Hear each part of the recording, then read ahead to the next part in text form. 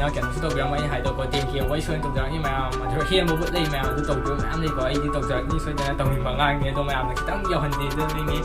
ꯈꯤꯇꯪꯗ ꯃꯌꯥꯝꯅ ꯑꯩ ꯍꯣꯠꯅꯖꯔꯛꯀꯦ ꯃꯌꯥꯝ ꯃꯇꯦꯡ ꯈꯤꯇꯪ ꯄꯥꯡꯕꯤꯌꯣ. Hi guys, welcome to my video. ꯑꯗꯣ ꯃꯌꯥꯝꯅ ꯁꯤ ꯎꯆꯠꯇꯣꯏ ꯉꯍꯥꯟꯗꯒꯤ ꯑꯗꯨꯝ ꯂꯩꯔꯦꯀꯣ ꯃꯌꯥꯝꯅ ꯀꯩꯅꯣꯒꯤ ꯇꯧꯔꯣ ꯑꯦꯄꯜ ꯁꯦꯔꯤꯁ ꯇꯧꯔꯣ ꯑꯦꯄꯜ ꯁꯦꯔꯤꯁ ꯇꯧꯔꯣ ꯑꯗꯨꯗꯩ ꯈꯔ ꯌꯥꯝꯅ ꯍꯥꯏꯗꯤ khitang kanona adum khara phajaba watna adum irakpasi yawe ahong dole android dole iOS na do ai se iOS se kaya thon khol da mayam imandana hen ai khang ngamdre do ai iPhone gum di daga ta de aduna game sana da chingmani na isu aduna iPad na fare na iPad lere iPad generation ne lere se aduga sanmati de lek pane mani program khani ko Apple Store mana ado ai kena so blog sin share kan mane do record na tan ado di phang dre do mathang ngom try to ge mayam na du su Apple Store da to do su ai thingna gre ko ado ki ji waro biya de ado silai mayam ai na puzari sina space gray da ne su ire iPad na sige logo si dan ne mayam na ba mingchen wa na sing photo na ni se ai na porisina 32GB do ne Wi-Fi do ne Wi-Fi ko ado si se ji hang ge ado go chara ge ado go se su ire ko Apple Caro ado han do dum yaura ni manung da design by California ado da na do hawse ado mayam na ngon da keno to ro na ko gi oi to niam hai do gi oi do ai tok sura ke ai ni hen to ning ha da gi ai di keno to ni ko yam na uchani wa ai na si to yam uchani wa ngang wa khan do ne ado mayam na ai mun si bi na 10k da hon bio ai channel do ai nga ge ikai da na subscribe do uthok tam ne do ai hakpa la gi uthora ge ado mayam 10k yo baga ai mayam da hai sin ai soi da to kan ni ai gi oi do ado mayam di subscribe ke share di sung to bi de gi oi da to na fake friend start da mayam ado na mayam na amta true friend I know anto pio mayam gi soi da na ai to jara ge gi oi do ado mayam video se horse ado hang si ko ai gi first kanoni ko ai to di se first Apple product ko iPad ta su iPhone ge mai da Apple gi product ha mane na si to di se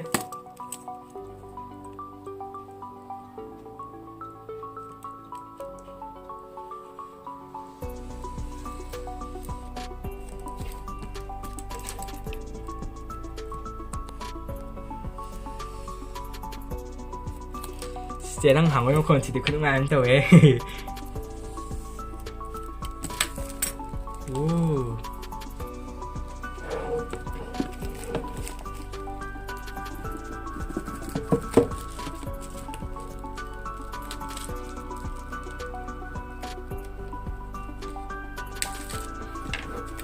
aduh mayam left sunsu tawrani ko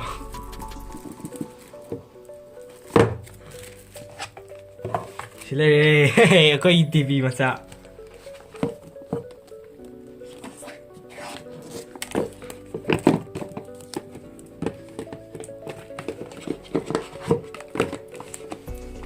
manung than ke kiau ge diang si ko sida ie ko am ing sai sagi do design by Apple in California ki kem am ie ni na aduga mai sida ken sari ko user menu yaure iPad iraga aduga si na yeng ai nga sai si le sticker Apple gi ko yamna taang ba si sticker si di masai na sa na nga yaw tre ki so na paroi adu lore ko aduga sida mayam akhoi gi charger la ya moi gi charger makhanam se adudagi sida akhoi ken adu le ko mayam 20 watt ni mo dio se si charger se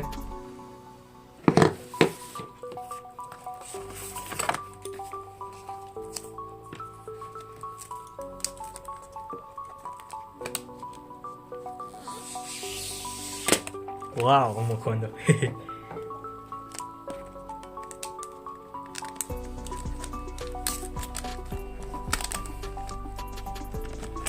ai iPad mini 5 su khala me ko ma adu sino ya phani na si wen to ne khara pak pi hen da sino mo silai ya back ki look yam phajare ko adu si ge kenon ai poi space gray ni adu ga si di direct black ore ko mai Apple logo si da ai kana su to bai ne keno background ji mambagi ana phajare adu ko mayam silai display me no ko to ngai se PUBG sanau daga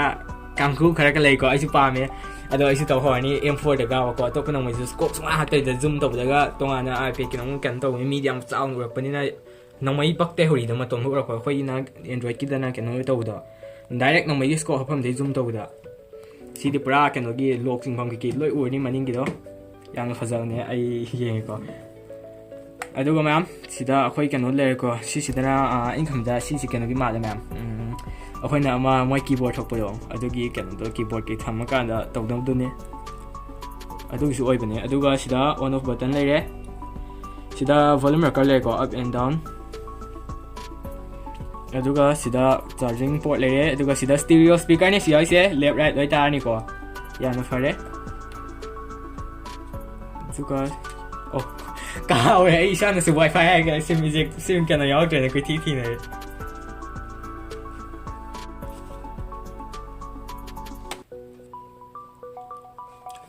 thagale sida language man su igre ko ma'am hindi re hello atude oi hello hai ve ne kano korea maron china ki ke ma'am igre hola adu da ko ke ya ki yang sing ata sida na rom ne te da oh english aduga india sigom sida yam section to ya soi do ka ga ko ai aham ne kyam khang je kai chen dok ten ko no mo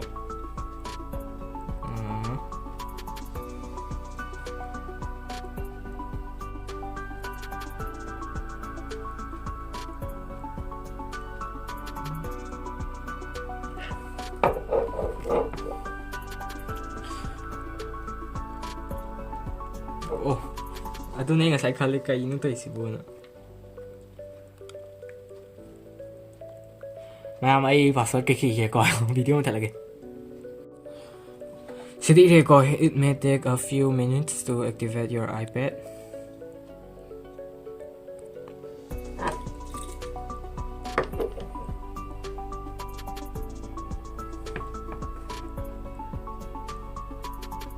that's id letter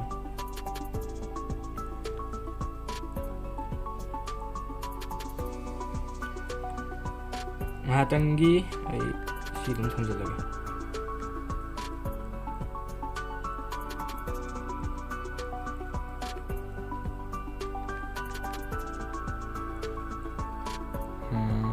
kayaknya ya tuh apps and ai phá cọ ngào đây hey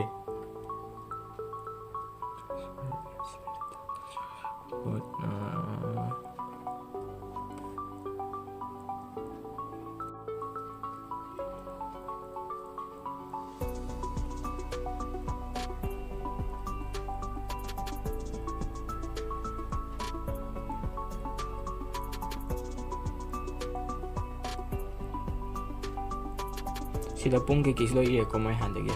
thole thagat po lo jadi lai thok salak ni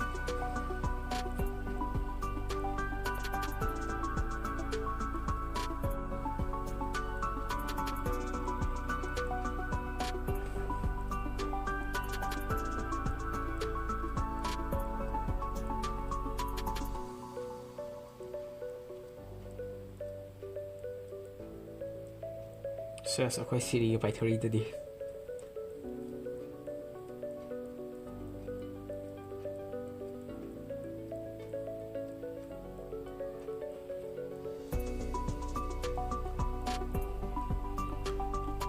you can change the decision later ko na to asi ko ma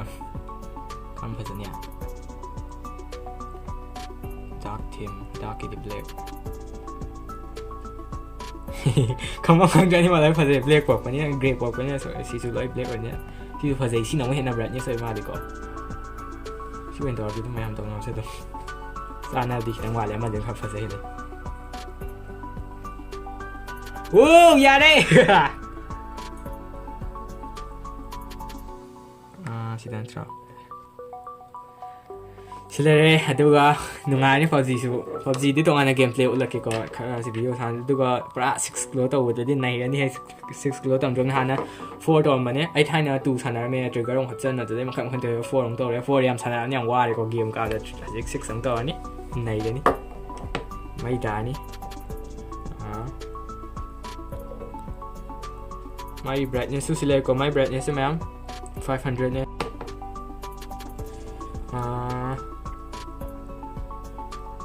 希望给 game 上面嘛帮看过这些 ado moi gi se si ani position na model sina iPad 8 generation ni ko adu color se mayam na to pa gold thoi adu dagi silver thoi ani position space gray ni ko adu da adum pam bang khan bi ro mayam na adu camera na 8 megapixel ne magi kano se ko mayam sida mayam my camera se 8 megapixel ne 8 megapixel rear camera f2.4 aperture 5p lens adu mayam na si kano na 8p lens hai na adum yam so ma ba ko adum moi Apple gi to an kha khet na no khoi gi megapixel thing to to pa gi adu ga mo ndi ba selfie camera sen ko mayam 1.2 megapixel f2.4 aperture ne adu ga sigi khoi gi base iPad si season ba ma gi kano sina ko processor sina A12 Bionic ne hadi Apple kano 12 Bionic 7nm process 64-bit architecture with Neural Engine 4 core graphic GPU ni ko mayam aduga sigi akhoi iPad sida mayam akhoi sigi iPad sida seasonable operating system na iPad OS 14 ne aduga upgradable to 14.51 ne osile kharadi software version si le ko ma'am ai se kano ai upgrade to khotoi male upgrade to ko ni yang kai to ai do kano ni ko 14 ne do upgrade to khot pa se hena to khot ke now 14.5.1 ne yai adu ko yai ko ma'am do ai se 4 oi 5 kim hota do upgrade to do ni ko to do ke ki se se ko name kano na iPad adu ko ma'am si kano si phone si storage and RAM na ma'am 3GB na tane 3GB 32GB ROM ne aina poi 3GB 32GB ROM to ni ko aduga khara sawa pam na 3GB 128GB ROM lai aduga ma'am si phone sigi sorry phone nate sigi tablet iPad sigi ma'am ka na si tholam do ba oh si phone sigi ko ma'am sigi magi display se ma ya na kano so mai exam se ni ko phajai ado sigi se ma'am full HD plus IPS display ne ado inch na ko 10.2 inch ne 10.2 inch aduga magi brightness ki sina 500 nit ne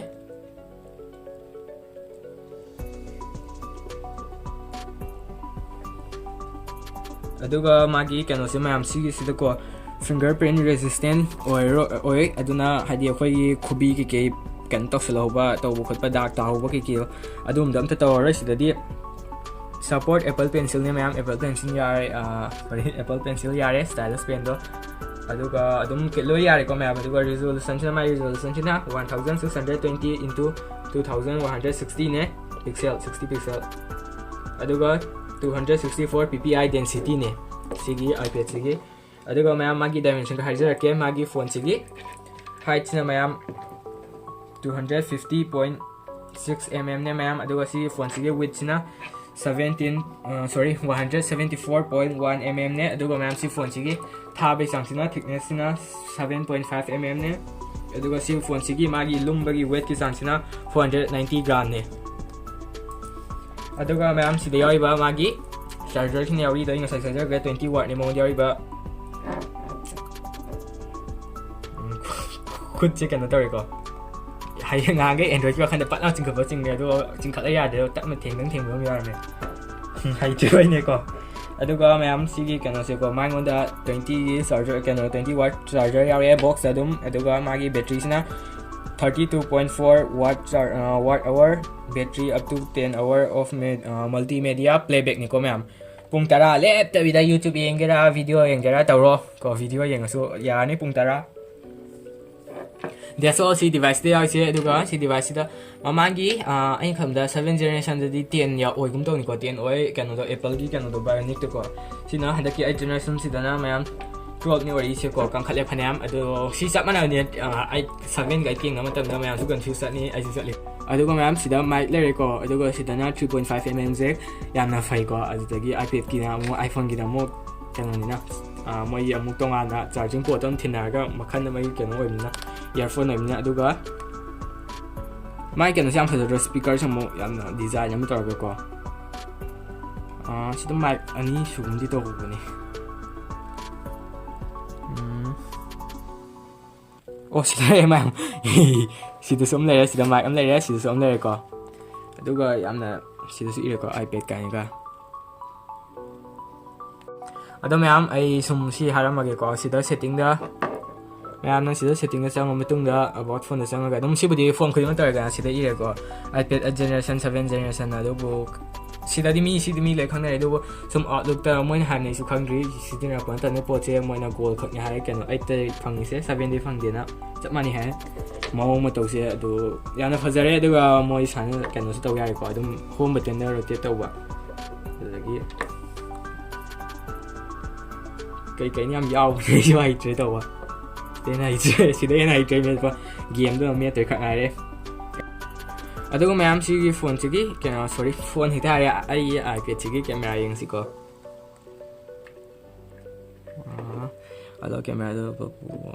once while using this app ꯁꯤꯒꯤ ꯑꯣꯏꯅ ꯈꯜꯂꯒꯦ ꯋꯥꯎ ꯑꯗꯨꯝ ꯃꯌꯦꯛꯇꯤ ꯐꯖꯩꯀꯣ ꯌꯥꯝ ꯐꯖꯗꯤ ꯑꯣꯏꯗ꯭ꯔꯦ ꯑꯩꯈꯣꯏꯒꯤ ꯃꯣꯕꯥꯏꯜꯗ ꯉꯥꯡꯈꯩ ꯄꯥꯏꯁꯤꯡꯒ ꯍꯦꯜꯂꯦ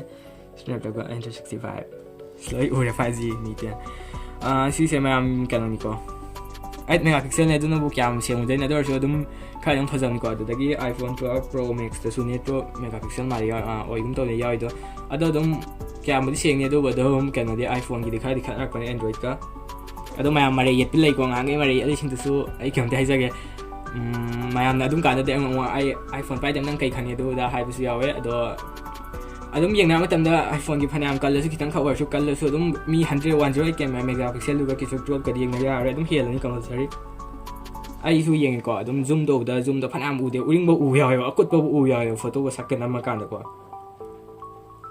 ꯁꯤ ꯂꯩꯔꯦ ꯑꯗꯨꯒ ꯃꯌꯥꯝ ꯃꯥꯏ ꯁꯦꯜꯐꯤꯗꯤ ꯎꯠꯂꯔꯣꯏꯒꯦ ꯑꯩ ꯁꯛ ꯌꯥꯝ ꯊꯤ ꯇꯜꯂꯦ ꯎꯠꯄ ꯁꯤ ꯂꯩꯔꯦꯀꯣ ꯑꯗꯨꯒ ꯁꯤꯗ video slow motion time lapse option ꯃꯌꯥꯝ ꯌꯥꯎꯔꯦ slow motion video photo square piano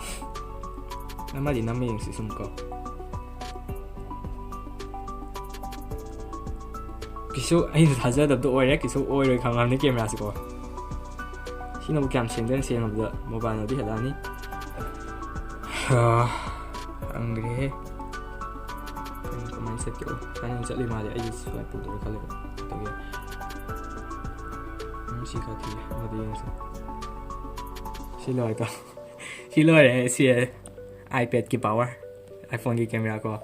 किसु 아마도 수트로 वर्ष क्या क्या ना उन्हीं को सीने दुगा मागी और zoom किसु सीधी और को बटन साने zoom तो सन खुद सन बालो यार है अतो कुछ हम यावे सी कई ना और सेकेंड की नेशनल फोटो के सेल्फी नमन दादा लाइव व्हाट इज कई खान दिसी लाइव लाइव ऑफ ले को कई खान दिन खान मयाम खान गदम तोरो अजगी सिदा एप्पल टीवी यावरे अदगी कने याव दाने एप्पल स्टोर का जगह के ओ सिले एप्पल स्टोर सु ले एप स्टोर को एप स्टोर दी कने ओरनी एप्पल स्टोर तो माना ओ सिले अदने वा एप्पल स्टोर सिले मैम ꯑꯗꯨꯒ ꯁꯤꯗ ꯑꯦꯞ ꯁ꯭ꯇꯣꯔꯅ ꯑꯗꯨꯝ ꯂꯩꯔꯦ ꯄ꯭ꯂꯦ ꯁ꯭ꯇꯣꯔ ꯇꯥꯏꯞꯇꯀꯣ ꯃꯣꯏ ꯁꯔꯆ ꯇꯧꯐꯝ ꯀꯥꯏ ꯌꯥꯎꯒꯦ ꯌꯥꯎꯗ ꯃꯥꯜꯂꯦ ꯁꯔꯆ ꯊꯤꯗꯣꯏ ꯃꯥꯜꯂꯦ ꯑꯣ ꯁꯤ ꯌꯥꯎꯋꯦ ꯑꯗꯨꯅꯦꯕ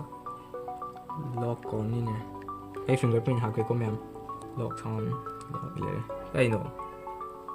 ꯂꯣꯛꯅꯤ ꯏꯕꯗꯤ ꯊꯣꯛꯇꯦ ꯃꯣꯏꯁꯦ ꯑꯣ ꯁꯤꯗ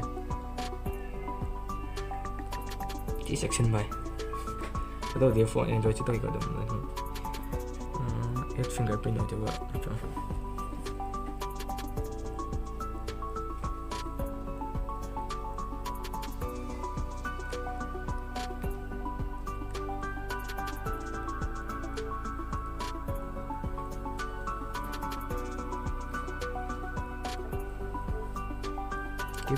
Keep finger on the home button until it's lift. Okay.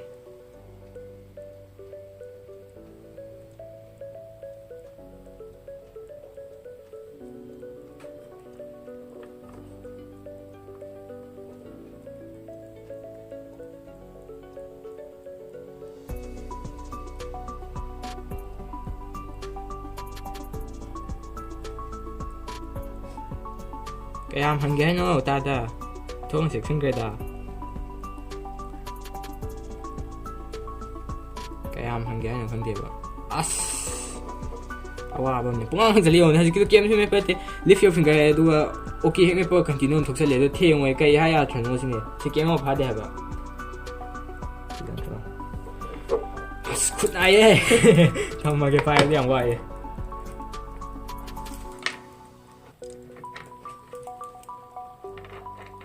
อย่าเดี๋ยวก็แมว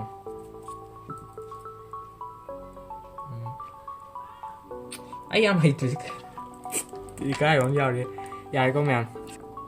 ที่โทรกดเสียงหาตั้งตับปนะตับประมาณหันบ่เอ็มไปใช้โทรไปใช้มันต้องเดียร์ก็กดยามนั้นโทรได้กดฟิงเกอร์พรินต์กี่เดียวไม่ต้องวางอันที่มันซีรีส์แต่ใจเย็นนี่ยังนะอะตัวสิเลยเกมเราเลยแมนได้เกมเราคิดว่าโอ้ยบ้านเต้อะตัวแมนท้าจะบีว่าแมนหายใจเลยอินแล้วก็ไอ้สิเลยนี่ไอโฟนกี่คันบ่มีซูยอมไปย้ายตัวบุกิสุกตัวเนาะตัวไอพีกุมตีขนาดมันไฟกว่าไอโฟนยังไม่เห็นต่างเห็นเลยatang iPad tu atang lei adubu home musi lei dan ko iPhone yang su ta nge adugo camera su khen amate kyam phazadena ma helak pada do yam to no CD like pa bi si ya le ai bi like pa lo nga ti khang ge adu chum like pa kang gu di si like su to ya dan iPhone ma sai to ya ban ti tu su pi khai si lei de that's all si the charge version ire welcome to iPad si ke mam yaw ni ko ai hakat re ma le sign in to kan da iPhone da dim ke mam extra ma sam su mam yaw ni notification gum su yaw bani kha thok bani ಅದು ಸಿಲೆರೆ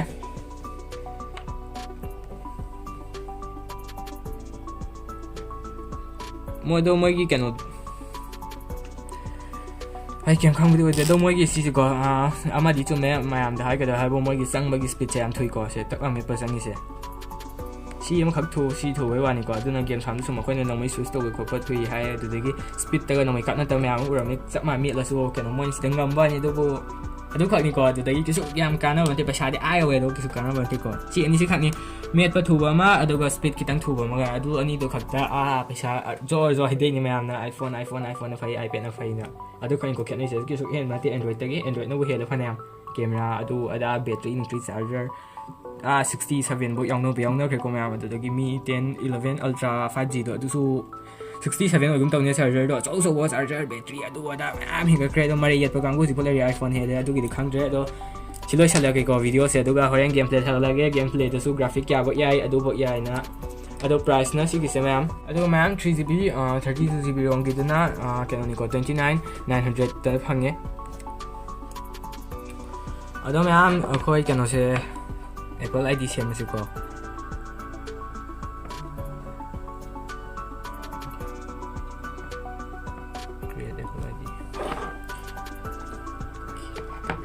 tak na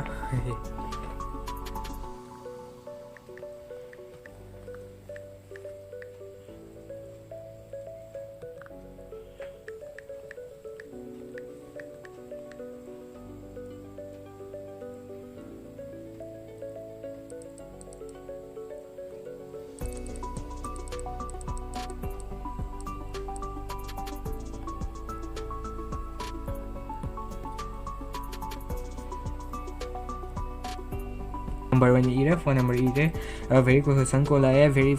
verification ko to ire ko ma'am aduga ai dei ke mate password amaga hapa password to ire ko adu khakni ai haje utri do adu tang to ni aduga agree to bi ni terms of condition I agree this iOS no agree cannot create account your password cannot include your name phone number and part of mare isidi ba ko hai sini ai ming yar hoi moi na budi khali ne haidi hacker gum naga sai sung wa khan ni ko si de hacker gum naga password sang mutana ming sai isalo ya khadi kai khan bagi ni moi si se cannot create account your password cannot include your name na ai ming di hak ki ko ai password bai do kai yam i ado noi sang ke kai khan lan ko oi roi ba am i ma sam su pungi san ba ado ai hamu ko su la ge ya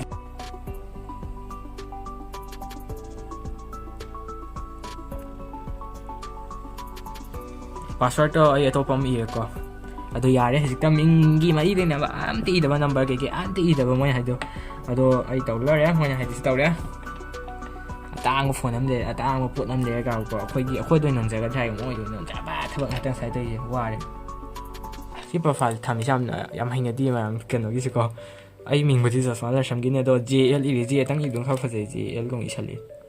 hinjan bi do moi mà nó đánh hot nào đào của Android cơ moi thấy chứ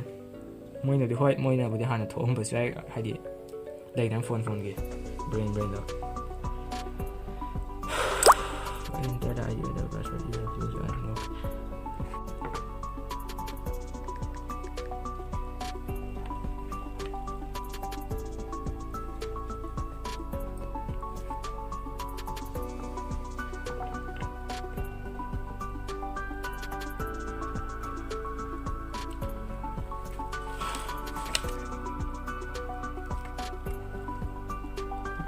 फोटोसे कोन हापगे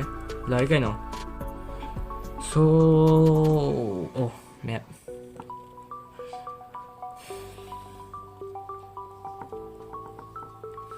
खुजामनी एने तबे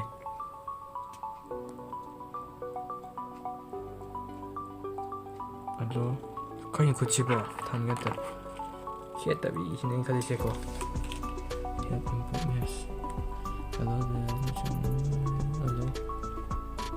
Okay, brother and sister, si Lay. Hey! Sai sa daw ulaki ay ako yung uban. Ubo naman. Ay video ko talaga. Sai si yung ko, bago ulagi ay jaga si kalap to ulaki. So sai si yung ito ko. Ang ko ubo. Sai may am ay video do. Sai da sila ko infal ay som dalay ay yung ay jaga di kai lagi haidor ga ay yung udri ay utri ko do amo kitang tijala ko yam line ang kang jaga exact kang to ko khari kang din na. Wala ra gyam fajan ure ko sida like ure ko. Topo kopa adagi adum dukan ki kislo or mini store adu ada lanama lambi ki kislo ure silo ure ko to yung sida hostel Manipur Creative School Imphal campus adagi mayam ire kay no second link ki ire sida milestone mahal so this achapo jabang kai gang de yam nangai ni sat ulu yai sida kan uslay ko te tu da mam ure sida yung sida si kan male tama han kon ai saga de khang ba to ure to wal kon bi india han lam india Imphal sila ko india lare ado ma video se matang se lesson jar ke ko ado mathang da ma na kai to haningi ado to haningi do hairo ai adum tarage ado ma'am I ngomoi tawroi share tawroi du tawroi ha kanggo gi diko si ona ki bai ta ge si gi sticker ani se ko ma sa ai sum khan da si amar da si ai du bo si bu di ai ko ma'am si ai khan la du ba ado pa tan thang le ba iPad Pro kai wa khen ba du ma'am dei dan ko sim ha du adu um di ki su ba ki su kyam ke do de ma'am yang pa ko pa du sim ha bi da to ya ya pa gi na si ma ma sa ma ni ko pa su iPhone ke ke ai hore si ma pa game sa kanggo gi na ta gi khang de tong ning tong ja ro Sina like to be more share to be comment to be matang kay daw be ko yam hai iPhone ya wa iPhone do matang to phai ro iPhone to yam tang mai ngamoi ko du ga mayam na kan su to be mai hai do ko tiền kia wai suan to ja ni mayam adu hian bo lei mayam du to ju mayam nei ko ai di to ja ni soi da tong ning ba ngai ni do mayam na kitang yo han di de ni kitang do mayam na iPhone ja ke mayam ma tiền tang pang bio adu ga du mai to ke ko khang na du mayam tiền kia kau ni ko adu comment da ong ya matang de tiền kia do du da kau ge ma no bye bye lesson jar ge mayam yum ma ban thok pi kan phajan lai bio na ba ya de ko haji am sathi haji ki second su kan makan second makan dai corona si am sathi bane do ma pan su to thok pi no ya ke ado le sel se video